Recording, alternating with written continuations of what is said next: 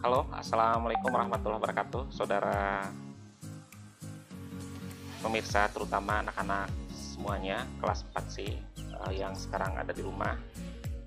Hari ini bertemu kembali dengan Pak Irwan di hari Selasa tanggal 4 Agustus tahun 2020.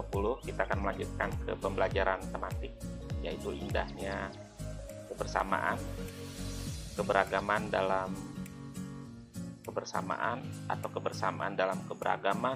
Itu selama ini sudah menjadi budaya dan kebiasaan di masyarakat Indonesia, di mana masyarakat Indonesia itu memang hidup dalam multi etnik, suku bangsa yang sangat bervariasi, dan variasi itu juga kemudian memiliki banyak turunannya, misalnya adat istiadat, kebudayaan, makanan, tari-tarian, alat musik dan sebagainya, sebagaimana sudah kita pelajari di pembelajaran sebelumnya. Hari ini Pak Irwan akan coba melanjutkan tentang keragaman makanan Nusantara. Secara spesifik kita akan mengkaji makanan yang berasal dari daerah Sumatera nanti sampai ke Jakarta, dan kamu boleh menyimak dengan baik, karena tentu kamu semua sudah pernah mencicipi mungkin semua makanan ini atau mungkin juga sebagian dari makanan ini.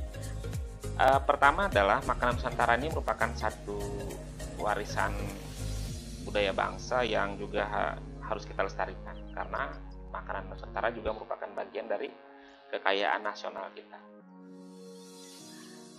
Baik anak-anak semua dan ayah bunda yang berbahagia, Pak Irwan secara teknis akan masuk saja ke jenis-jenis makanan yang ada di Nusantara. Kita mulai dari ujung Sumatera, yaitu Aceh.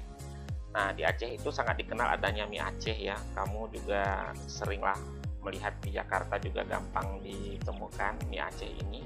Adalah masakan pedas khas Aceh, Indonesia. Mie kuning tebal dengan irisan daging sapi, juga kadang-kadang dicampur dengan udang, dengan kambing ya. Dengan kadang-kadang ada juga dicampur dengan kerang dan cumi ya. Kemudian disajikan dengan kuah juga, rasanya gurih. Mie Aceh itu kaya sekali dengan rempah-rempah.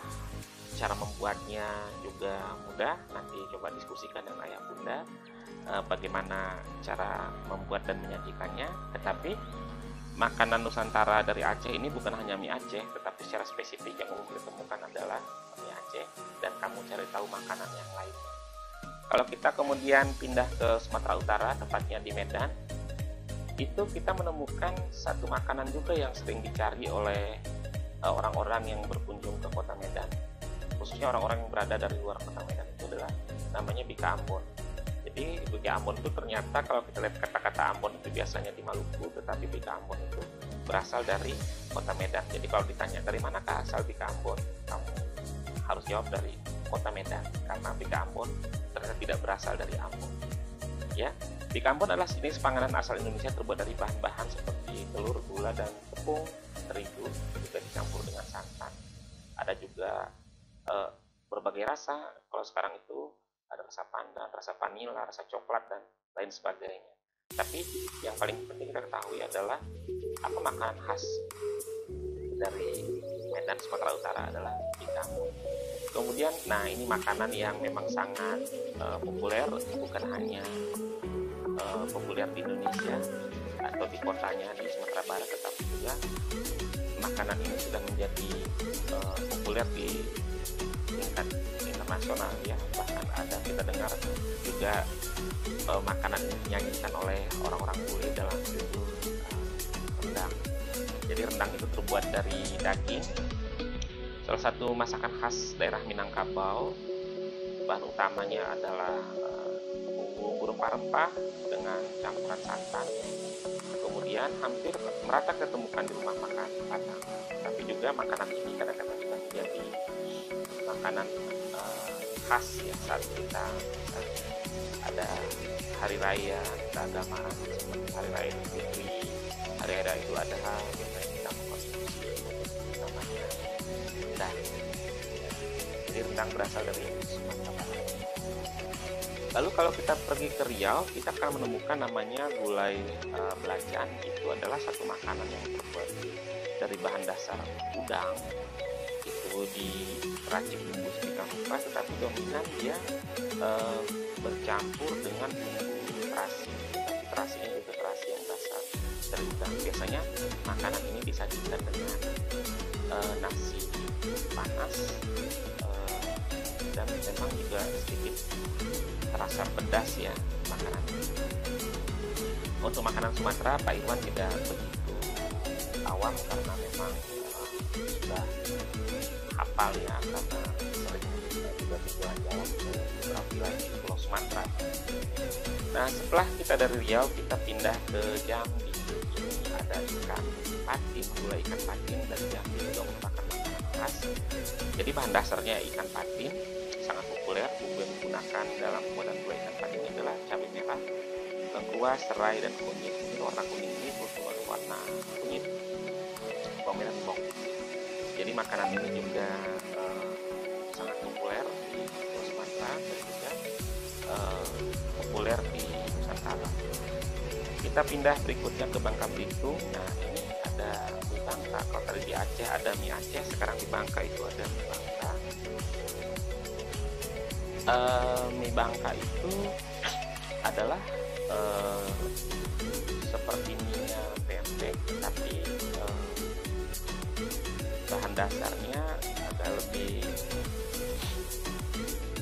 terasa kepada makanan non kuah. Lalu kemudian ada pendap. Pendap itu juga makanan khas daerah Sumatera, yaitu dari Bengkulu. Makanan ini sering diburu wisatawan sebagai oleh-oleh untuk dibawa ke daerah asal mereka, jadi sebagai souvenir atau buah tangan. Pendap terbuat dari bumbu-bumbu yang mereka ragam seperti bawang putih dan cabai. Kemudian bahan itu dicampur merata dengan parutan kelapa muda. Apa ya istilahnya di Jawa itu, jadi dia seperti urap ya. Mungkin ayah bunda di rumah lebih tahu, silakan didiskusikan. Nah, berikutnya kalau di Sumatera Selatan ini juga populer di Jakarta, itu ada pempek ya. Adalah makanan khas Palembang terbuat dari ikan dan sagu. Kemudian penyajian pempek juga ditemani oleh saus berwarna hitam, biasanya ada kecap ya dengan cuka. Dibuat dari air yang dididihkan kemudian ditambah gula merah. Kadang-kadang sekarang pempek itu juga variasinya sangat banyak. Ada berbagai bentuk dan berbagai rasa. Kalau kamu jalan-jalan ke Palembang, maka pempek itu adalah satu jajanan khas dan juga oleh-oleh untuk dibawa pulang keluar dari Sumatera Selatan. Kemudian kalau kita di Lampung itu mengenal seruit. Seruit itu kalau di Bandung itu mirip seperti makanan yang diberi bumbu kacang, ada kentang, ada tempe dan tahu. Apa ya namanya itu, Pak Iwan lupa kalau di Bandung. Tapi seperti pada gambar ini kamu melihat ada masakan ikan ya yang digoreng, kemudian dibakar dicampur sambal terasi ya, tempoyak atau mangga. Jenis ikan adalah ikan sungai seperti ikan belida ya. Nah, apa ya kalau di Jawa itu semacam pecel lili gitu. Jadi ini bagian dari kekhasan kuliner Nusantara. Nah, kalau di Banten itu ada sate, tapi namanya sate Banten. Merupakan khas Banten, berbeda dengan ikan bandeng biasa. Daging sate Banten empuk, kemudian tidak bertulang.